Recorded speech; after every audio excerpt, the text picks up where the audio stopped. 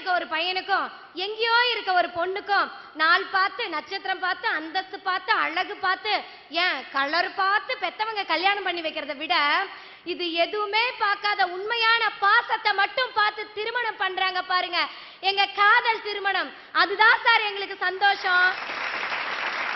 Sir நான் வீட்ல இருந்து கிளம்பி ஆபீஸ் போறேன் சார். போறப்ப தினைக்கும் கவர்மெண்ட் பஸ்ல தான் போவேன். என் லவ்வர் டெய்லி என்னை டிராப் பண்றதுக்காக பஸ்ல ஏறி வருவாரு. நான் தேடி தேடி பார்ப்பேன், கிடைக்கவே மாட்டாரு. கடைசியா ஒரே ஒரு இடத்துல நின்னா மாதிரி அவர் மூச்சு தெரியும் பாருங்க. நான் அப்படியே டப்புன்னு பார்க்க மாட்டேன், ஓர கண்ணால ஒரு பார்வை பார்ப்பேன் பாருங்க. என் அழக அவன் ரசிச்சிட்டு இருப்பான் சார். இதுதான் சார் காதல். அதனாலதான் சொல்றேன், இந்த காதல் வாழ்க்கை தான் எனக்கு சந்தோஷம்னு. நிலாவை காட்டி சாப்பாடு ஊட்டுற அம்மாவை விட நிலாவே நீதான்னு சொல்லி சோறு ஊட்டுறான் பாருங்க சார் என் லவ்வர். அதான் சார் எங்களுக்கு சந்தோஷம்.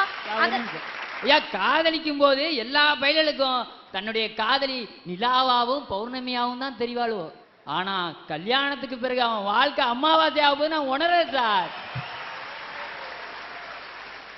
உண்மையாலுமே எங்க வீட்டுக்கு பக்கத்துல ஒரு அண்ணாவும் ஒரு அக்காவும் லவ் பண்ணிட்டு இருந்தாங்க. அவங்க கல்யாணம் பண்ணி வைக்கிறதா அவங்களுக்கு முடிவும் பண்ணிட்டாங்க. திடீர்னு அந்த அக்கா தோசை சுட்டுட்டு இருந்தப்ப கேஸ் அடுப்பு வெடிச்சு அந்த அக்கா மூஞ்சி உடம்பு எல்லாம் எரிஞ்சிடுச்சு. அப்ப அந்த அண்ணா போயிட்டு பக்கத்துல நின்னாரு. அந்த அக்கா சொன்னாங்க, இப்ப என்கிட்ட அழகுங்கிற ஒண்ணு என்கிட்ட சுத்தமா இல்ல, நீங்க தயவு செஞ்சு வேற யாராவது ஒரு பொண்ணை கல்யாணம் பண்ணிக்கோங்கன்னு.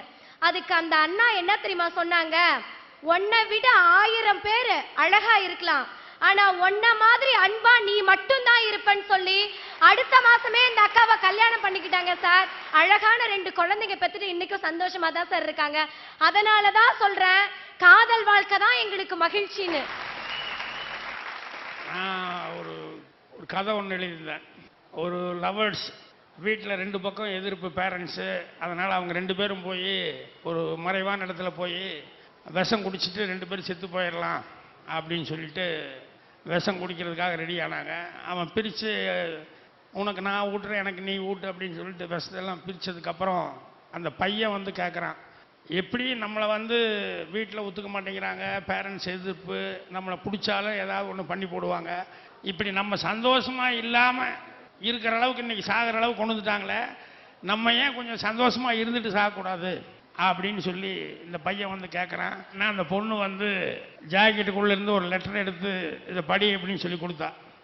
அந்த பொண்ணு அவங்க அப்பா அம்மாவுக்கு எழுதியிருக்கா, அப்பா இது ஏதோ ஒரு வயசு வேகத்துக்காக நாங்கள் காதல் வயப்பட்டு அந்த உடல் பசிக்காக நாங்கள் வந்து ஏதோ இப்படி ஓடி வந்துட்டோம் அப்படின்னு நினைக்க வேண்டாம். நாங்கள் உன் பொண்ணாக தான் சாகிறேன் நான் இன்னும் கூட. அதனால் நாங்கள் வந்து எந்த விதமான தப்பும் இல்லை. அதனால் எங்களை நீ டெஸ்ட் பண்ணால் கூட நான் உன் பெண்ணாகத்தான் நான் சாகிறேன் அப்படின்னு சொல்லி லெட்டர் எழுதுனா. இப்போ அருவாளோடு வந்து அவங்க அப்பா அம்மா வெட்டணும்னு வந்தவங்க இதை கேட்டோன்னையுமே அவங்க 2 பேர்த்துக்கு கல்யாணம் பண்ணி கொடுத்து கூப்பிட்டு போயிடுறாங்க. இப்போ உங்களுக்கு